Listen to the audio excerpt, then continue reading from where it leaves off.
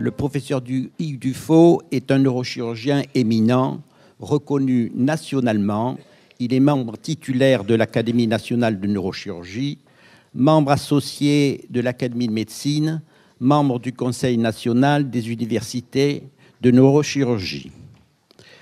Il a obtenu en 2012 le Grand Prix de cancérologie chirurgicale et décerné par l'Académie nationale de médecine.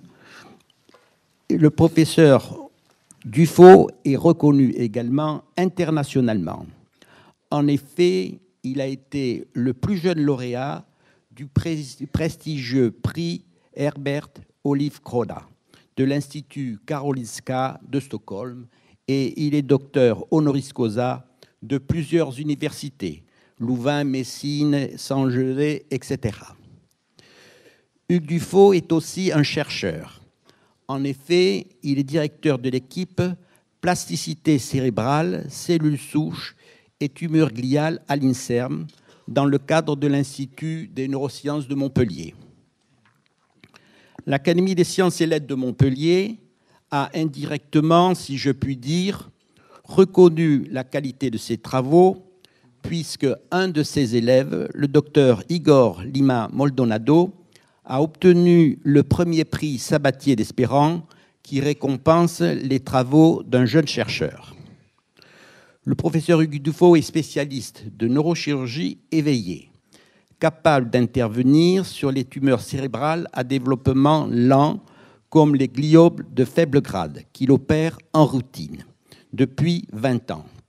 Son approche fondamentale est centrée sur l'existence d'une organisation en réseau du système nerveux central et sur la plasticité neuronale, permettant une réorganisation éventuelle des circuits neuronaux. C'est ce qu'il va nous montrer dans sa communication portant sur la neurochirurgie éveillée. Je vous passe la parole. Merci beaucoup. Merci pour l'invitation.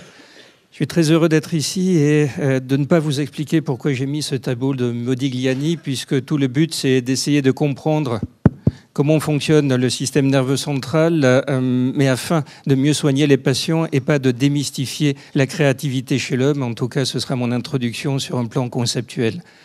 Sur un plan un petit peu plus technique, j'ai eu la chance depuis de nombreuses années de pouvoir opérer des patients qui sont porteurs de ce qu'on appelle un gliome diffus de bas grade, et ça m'a permis d'ouvrir les yeux sur le fonctionnement du système nerveux central tel qu'on ne me l'avait pas enseigné et de revenir sur le concept de localisationnisme. En d'autres termes, on nous a enseigné sur les bancs de la faculté qu'il y avait une zone dans le système nerveux central qui permettait de comprendre, qu'on appelle l'aire de Wernicke, peu importe, un faisceau entre les deux, faisceau arqué, qui va de l'arrière vers l'avant inéluctablement et qui débouche sur une région qu'on appelle l'aire de Broca qui sert à parler. Je vais essayer de vous démontrer que tout ceci est totalement faux, fort heureusement, et que le cerveau est beaucoup plus complexe avec justement une vision qu'on a appelée petit à petit odotopique, puis connexionniste, et in fine maintenant arriver à revisiter le connectome cérébral. Peu importe les termes, l'important c'est le concept, la fonction est délocalisée et les réseaux sont parallèles, distribués, capables de pouvoir créer différentes sous-fonctions en s'intégrant à un instant T. Dit différemment, ces patients porteurs de tumeurs du cerveau primitivement, on a pu réussir, comme vous le voyez, à faire des exérèses très larges, et toutes les images que vous allez voir sont des patients qui mènent une vie active avec des scores neuropsychologiques normaux et avec la capacité de conduire, d'avoir une famille et de travailler à plein temps. Ce qui veut donc dire qu'il faut qu'on essaie de comprendre différemment ces mécanismes de neuroplasticité. Et pour cela, en fait, l'idée est venue il y a une vingtaine d'années quand j'ai vu des patients qui étaient porteurs d'une tumeur aussi volumineuse dans la région dite de Broca, en général jeunes, capables de pouvoir parler normalement, de travailler normalement jusqu'au jour où ils font une crise d'épilepsie. qui est un signal d'alarme où le cerveau dit à sa manière « attention, j'arrive à la limite de la neuroplasticité ». Et à ce moment-là, dans ce type de tumeurs, si on les laisse évoluer, elles vont devenir malignes et, in fine, mettre en jeu le pronostic fonctionnel puis vital du patient. Et toute l'idée a donc été de mieux comprendre les interactions dynamiques entre les capacités du cerveau de se réadapter au fur et à mesure parce qu'il en est capable avec la croissance tumorale par ailleurs. Et ça veut dire, en d'autres termes, que si on est très objectif et qu'on teste ces patients, il y a des déficits. En d'autres termes, la neuroplasticité est magique, mais elle a des limites. Mais ce qu'on a pu mettre en évidence aussi, c'est que ces cellules tumorales migraient le long des voies blanches, des autoroutes de l'information dans le système nerveux central, et que les déficits qu'on pouvait mettre en évidence lorsqu'on faisait des tests assez extensifs chez des patients qui, je réinsiste, mènent une vie normale, on peut voir que c'est lié à l'infiltration de ces voies. Et il nous est venu l'idée que finalement, peut-être que le plus important était la connexion entre les différentes structures de façon à leur permettre d'avoir une synchronie à un instant T et de créer la fonction, plutôt que d'avoir une zone qui correspondait à une fonction.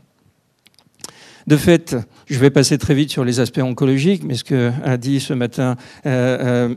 Bringer était très important, à savoir qu'au lieu de laisser les patients avoir une dégénérescence rapide et donc un décès en l'espace de quelques années, on a réussi à transformer ces pathologies en véritables maladies chroniques. Et évidemment, dans notre spécialité, c'est d'autant plus intéressant, si je puis dire, que toute la question, s'il existe des troubles plus fins, notamment au niveau psychologique, sur le long terme, et maintenant j'arrive à une vingtaine d'années de recul, est-ce que c'est lié à la tumeur elle-même? Est-ce que c'est lié à la chirurgie elle-même ou aux différents traitements? Ou est-ce que c'est lié aussi aux aspects psychologiques d'avoir une maladie chronique? Et probablement tout ceci est évidemment très lié de façon étroite, mais différente d'un patient à l'autre.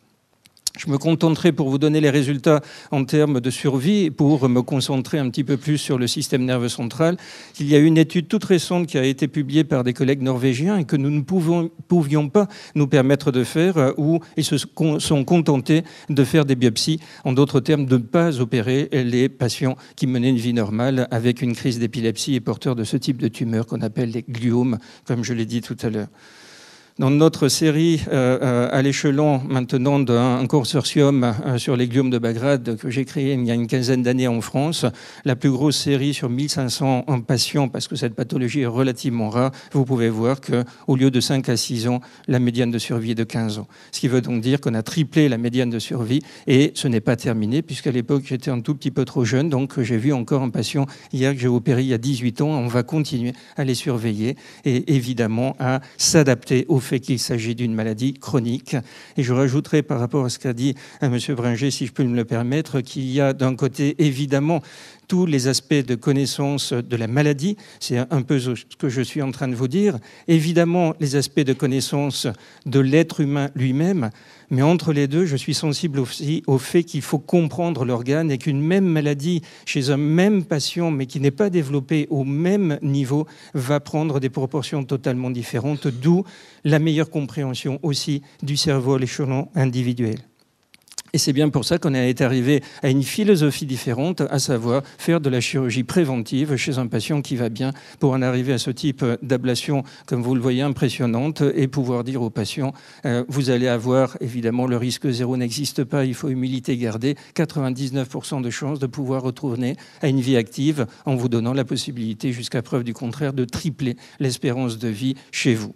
Et à partir de là, évidemment, il faut comprendre donc l'organe. Et l'organe, c'est la remise en question du localisationnisme. C'est donc faire une cartographie fonctionnelle du cerveau à l'échelon individuel. Nous avons tous un cerveau différent, et anatomiquement et fonctionnellement. Et ce cerveau se module au fur et à mesure des années, et en particulier lorsqu'on est porteur d'une pathologie.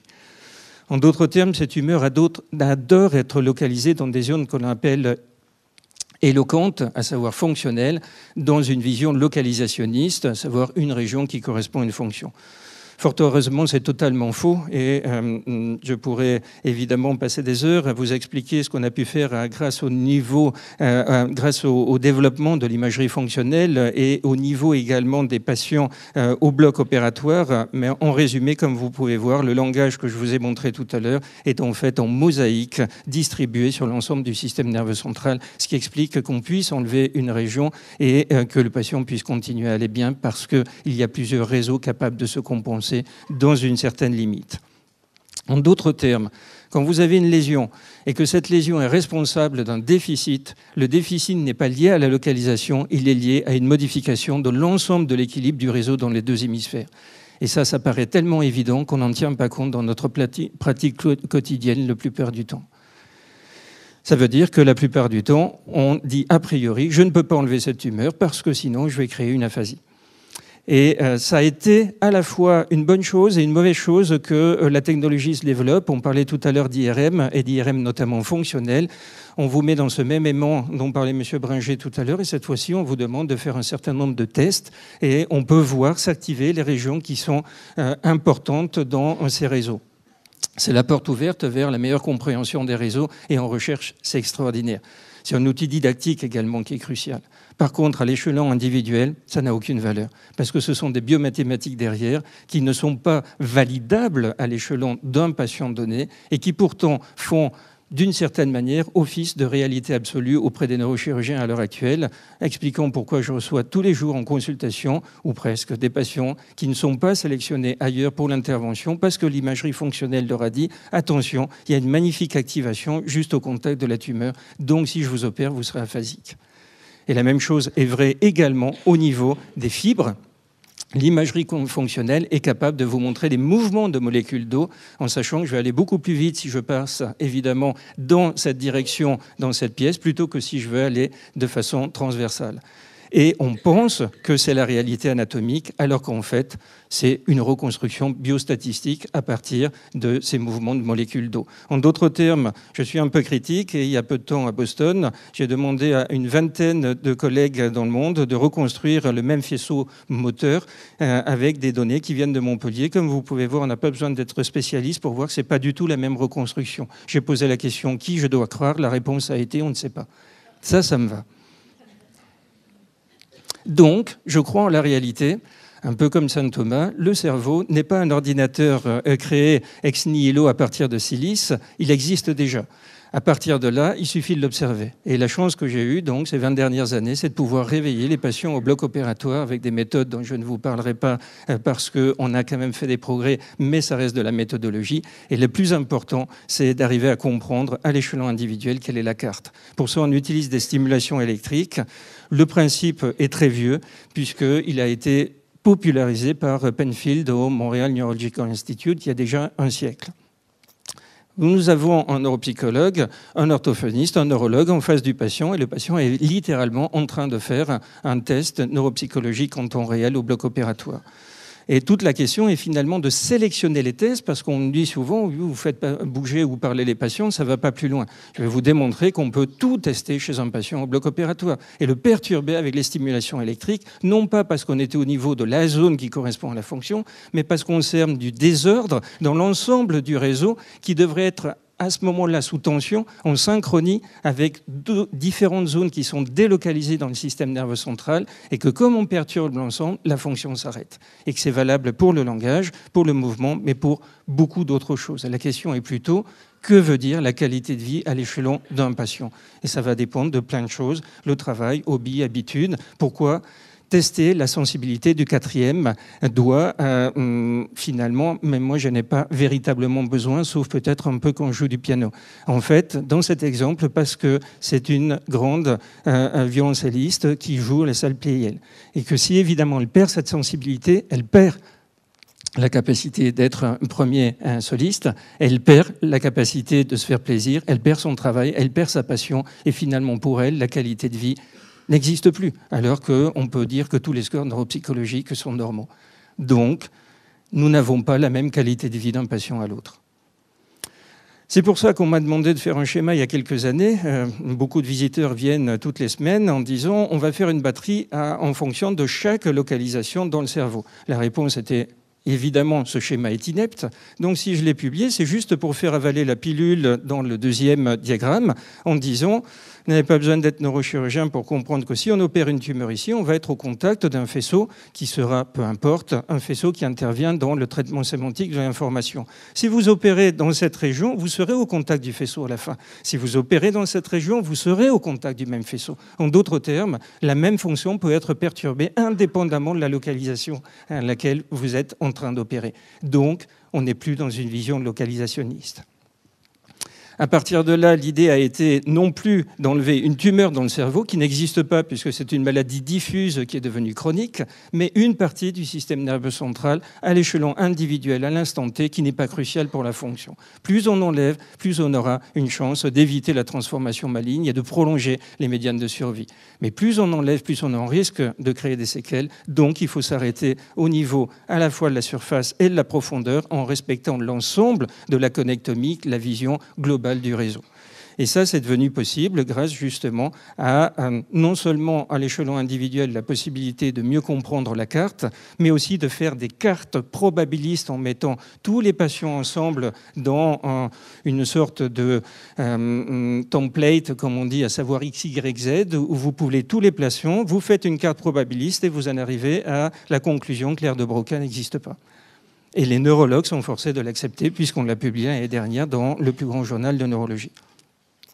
Qu'est-ce qu'on peut tester au bloc opératoire? Comme je vous l'ai dit, tout. Vous êtes finalement avocat, on va tester le jugement. Je ne vais pas vous expliquer comment on aurait passé de temps pour dire qu'on peut tester le calcul également si vous êtes mathématicien. On peut tester la cognition spatiale si vous êtes danseur et publier dans Science également, tout en permettant aux danseurs en question de revenir faire un gala 3 mois plus tard. Vous êtes directeur d'entreprise et vous devez faire beaucoup de choses autour d'une table en simultané, arriver à mémoriser transitoirement ces informations pour les manipuler, arriver à une synthèse en temps réel. Ça s'appelle la mémoire de travail, ça se teste au bloc opératoire. La syntaxe, on a eu une discussion il y a peu de temps avec un collègue, et d'ailleurs il s'agit là d'un écrivain célèbre qui a écrit 2 romans de pluie et qui m'a dit finalement je suis ni pire ni meilleur. Mais on avait oublié ce qu'a dit M. Bringer tout à l'heure, l'émotion. Et plus je vieillis, mais probablement que là, ma plasticité commence à s'émousser, plus j'ai l'impression que le système nerveux central et donc l'être humain, c'est avant tout de l'émotion avec de la cognition qui n'est que là pour l'inhiber. Et de temps en temps avoir quelques idées, mais je ne suis pas certain qu'elles viennent de la cognition. Donc on a fini par tester l'émotion au bloc opératoire parce que je rendais des patients dépressifs il y a une quinzaine d'années et qu'on me disait mais c'est normal, Dufaux, ils ont une tumeur cérébrale, ils ont leur vie en jeu, vous les avez opérés, vous ne pouvez pas les guérir, pour citer Pasteur, et donc ils sont dépressifs. Non, en fait je coupais des fibres que je n'avais pas réussi à comprendre à l'époque parce qu'on ne les connaissait pas et qui étaient à l'origine d'une modification comportementale. Depuis qu'on teste au bloc, les patients ne sont plus dépressifs. Ça veut donc dire que cette vision était simplissime, même dans ce que je viens de vous dire, puisque j'ai montré des zones avec des fonctions. En fait, l'important, c'est la connectivité, la substance blanche, et je ne sais pas pourquoi, pendant 130 ans, on ne s'y est pas intéressé. Et ça a été ça, le grand intérêt de l'imagerie fonctionnelle, c'est que l'être humain a besoin de voir par lui-même. Et à partir de là, il s'est dit, mais c'est bien sûr, il s'agit de réseaux puisqu'on nous les montre anatomiquement parlant. Soit dit en passant, ça a été dit tout à l'heure, et j'ai écrit un article d'ailleurs sur M. Veussiance il y a plusieurs centaines d'années. Il avait fait les premières dissections anatomiques dans des laboratoires d'anatomie ici même à Montpellier, en décrivant ce qu'on appelle la corona radiata, à savoir les fibres motrices dont j'ai parlé tout à l'heure. D'autres termes, on aurait pu s'y intéresser davantage, mais pour une raison obscure, il a fallu l'essor de la technologie pour en arriver enfin à se reposer la question de la connectomique, et évidemment en introduisant les méthodes dont je viens de vous parler au bloc opératoire. Regardez comment on peut réfléchir et arriver à une conclusion totalement différente. Vous dites que vous prenez 1000 patients qui sont porteurs d'un accident vasculaire cérébral et qui donnent un symptôme bien précis, l'aphasie motrice. Vous n'arrivez plus à produire le langage. Vous dites que vous mettez tous ces patients d'un point de vue anatomique, en parlant de leurs lésions, dans le même template dont j'ai parlé tout à l'heure, et évidemment l'overlapping, la zone, excusez-moi, de chevauchement, est la région qui correspond à la fonction, jusqu'à preuve du contraire. Expliquons pourquoi ils ont tous le même symptôme. C'est une façon de raisonner. Raisonner différemment, il dit que le premier patient, en fait, a eu ce problème phasique parce que cette partie de son réseau était lésée. Le deuxième, parce que cette partie de son réseau était lésée, etc., etc. À la fin, vous voyez que vous arrivez à la conclusion que la seule zone qui n'est pas impliquée dans cette fonction est la zone du chevauchement. Ça change quand même la donne. Démontrez-le. Voilà.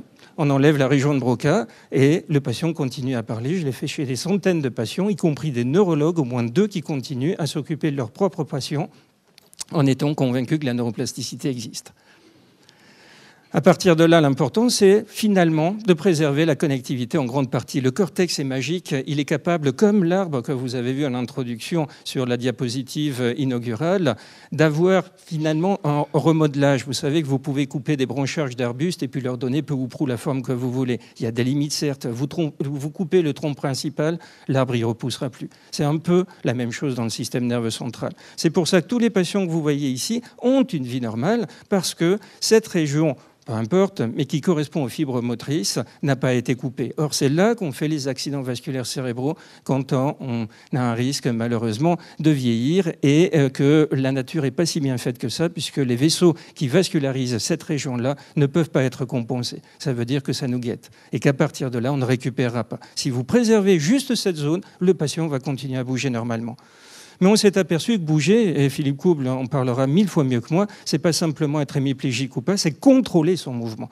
Et de plus en plus au bloc opératoire, en réveillant les patients, en les stimulant, on peut inhiber le mouvement ou la coordination bimanuelle. Il dit, vous vous faites bien plaisir, à quoi ça sert? Parce que vous êtes pianiste et parce que vous avez besoin de la coordination bimanuelle, sinon votre qualité de vie est amputée. C'est vrai aussi pour les régions dites sensitives. On nous a enseigné que tout ce qui était devant, ça servait à bouger, que tout ce qui était derrière, ça servait à sentir. Vous n'allez pas être surpris, vous commencez à comprendre mon raisonnement, c'est faux.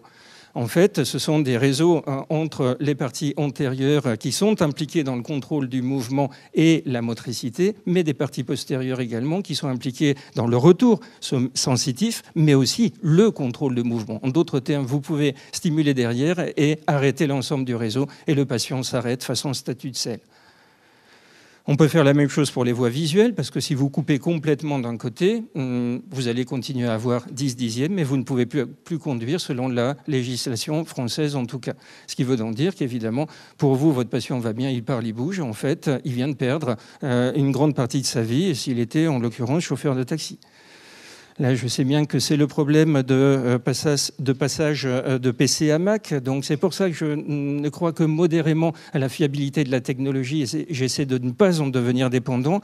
Mais l'idée était de vous dire qu'il y a une voie dans le langage qui sert à produire, et je dis bien une voie avec plusieurs sous-réseaux, et une autre voie qui intervient dans la compréhension. Et ce qui est extraordinaire, c'est que ce faisceau, peu importe son nom barbare, faisceau fronto-occipital inférieur, n'existe pas chez le chimpanzé. Ce qui veut donc dire qu'à un moment donné, il y a eu une évolution phylogénétique que l'on commence à comprendre, parce que quand on est au bloc opératoire, on peut le perturber.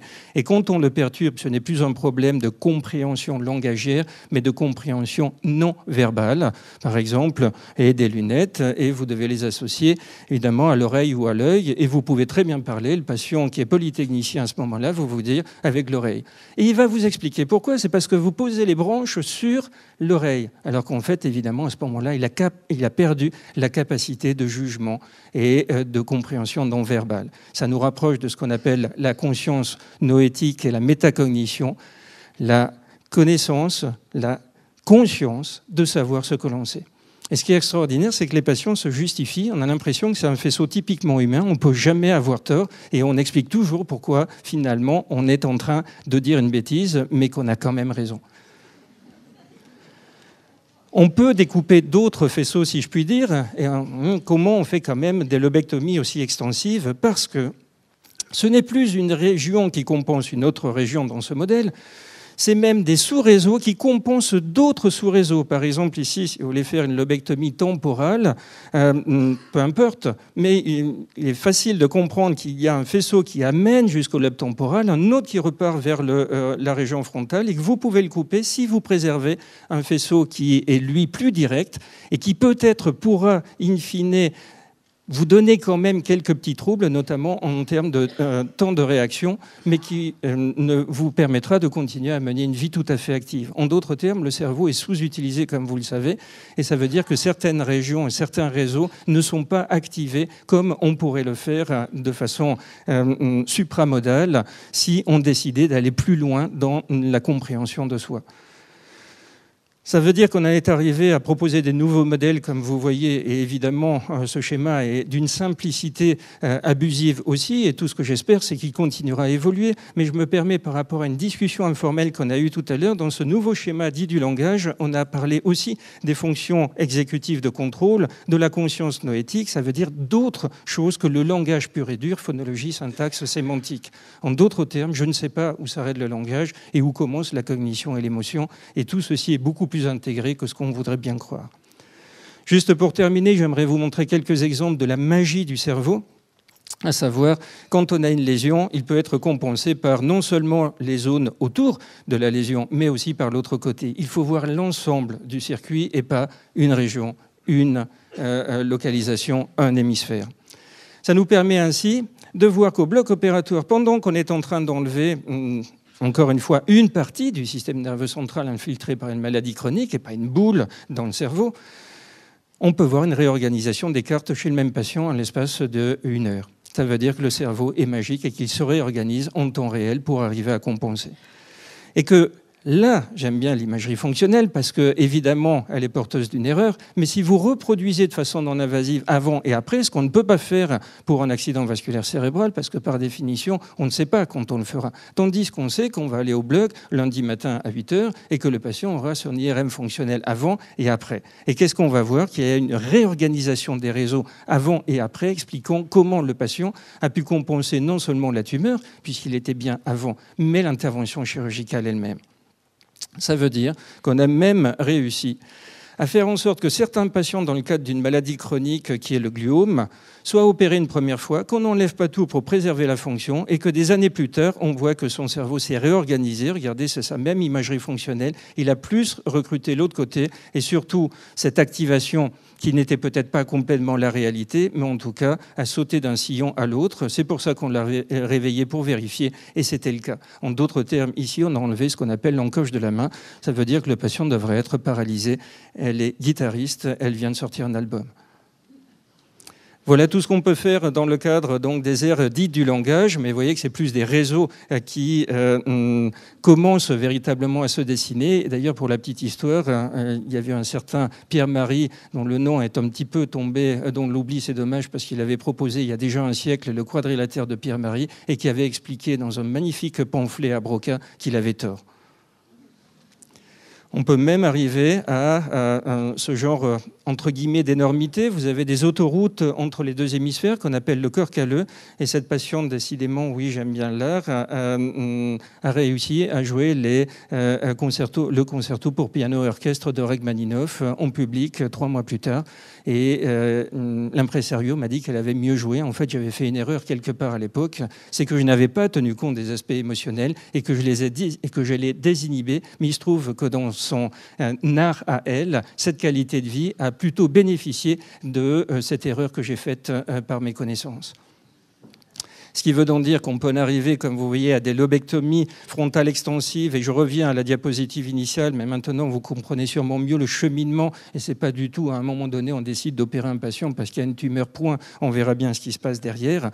C'est parce qu'on a mis au point, si je puis dire, le concept d'un minimal common brain. En tout cas, c'est un terme que j'aime bien. Ça veut dire qu'on est tous différents, mais on a quand même un squelette qui est assez proche, et squelette cérébral, bien entendu. Et si on le coupe, malheureusement, on ne récupérera pas. Juste pour vous dire qu'on a moins de 0,5% de séquelles à l'heure actuelle, mais qu'il y a aussi 30% d'amélioration. C'était ça le but, de vous dire que le cerveau est tellement magique qu'on peut en arriver à enlever une grande partie et qu'on peut aller mieux après. Comme aurait dit Coluche, laver plus blanc que blanc. Et le cerveau est tellement extraordinaire que si vous arrivez à le guider à travers de la rééducation, vous arrivez à faire en sorte que la resynchronie entre les différents réseaux vous permette d'avoir des scores cognitifs meilleurs 3 à 6 mois plus tard.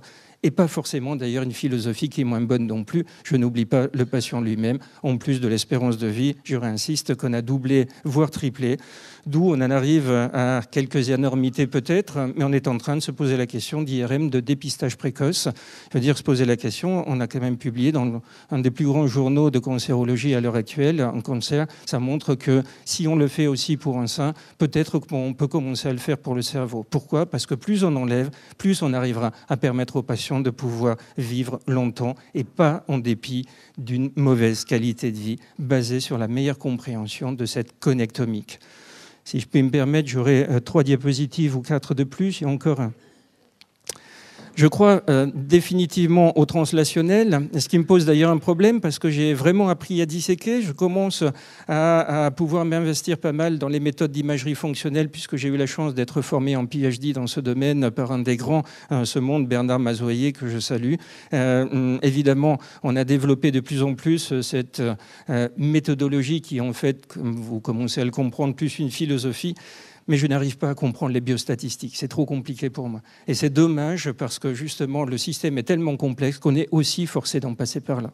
Donc, on travaille avec des collègues qui sortent de Polytechnique, de Centrale, et qui sont capables de manipuler les modèles bayésiens avec la théorie des graphes.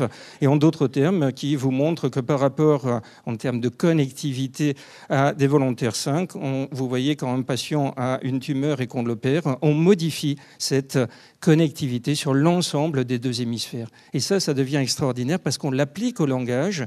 Et ici, on n'a pas besoin d'être spécialiste pour voir qu'il y a une bascule, alors que le patient allait déjà bien avant et que je me suis contenté, si je puis dire, d'enlever la fameuse région de Broca qui, in fine, n'existe pas. Le patient allait mieux après. Pourquoi ? Parce qu'il a davantage recruté à travers une modification des poids synaptiques l'autre hémisphère tout en utilisant les 2. Après, il y a une histoire de pondération, bien entendu.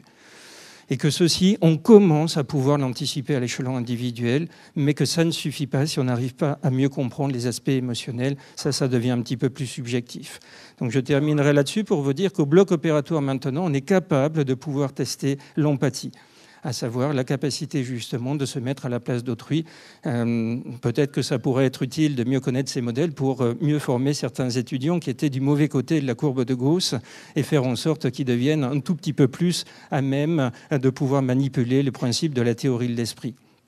Et là aussi, il est extraordinaire de voir que si vous demandez par exemple à un patient quelle est l'expression de ce visage face à vous et que le visage exprime la tristesse, qui vous dit la joie parce que vous êtes en train de stimuler, de perturber évidemment tout un réseau, vous lui donnez un score qu'il doit s'auto-approprier de 1 à 6, 1 étant je ne sais pas du tout, j'ai dit au hasard 6, je suis absolument certain. Et le patient peut répondre 6. Et là, ce n'est pas qu'un problème émotionnel, c'est bien un problème à nouveau de conscience autonoétique.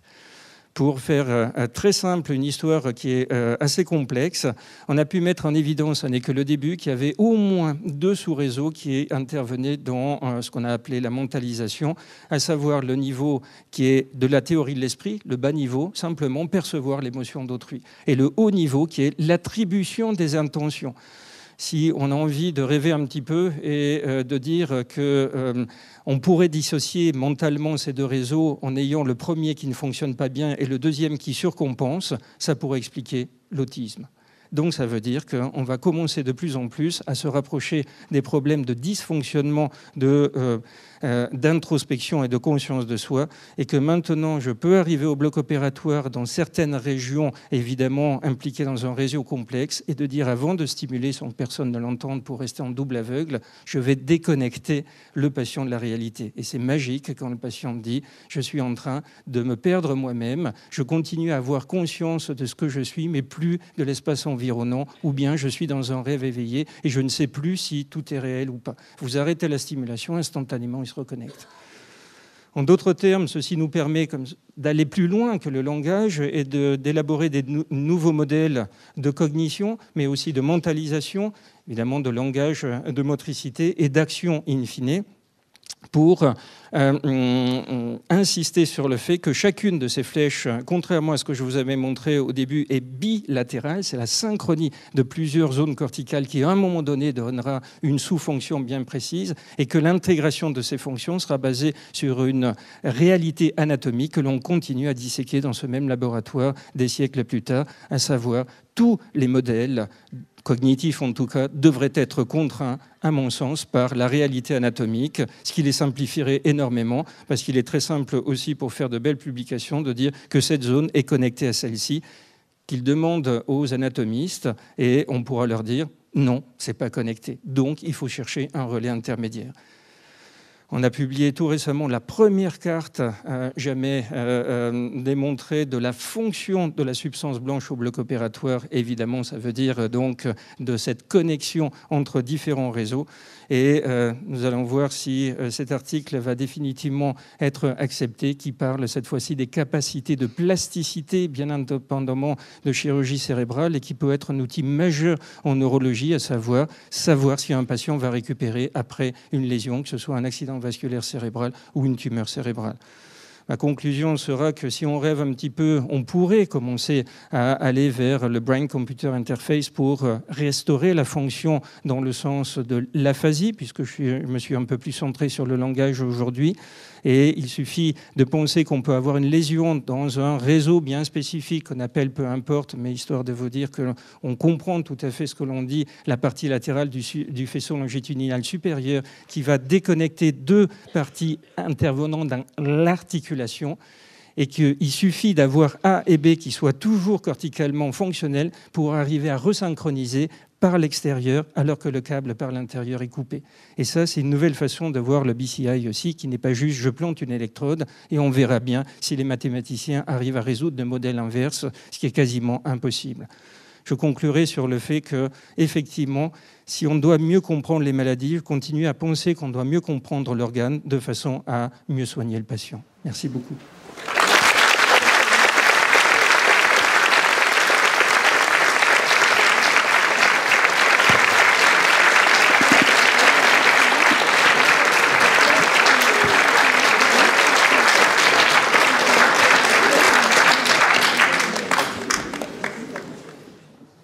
Merci, professeur Dufaux, pour cette magnifique conférence qui remet en question une grande partie des choses que nous avions apprises à une université.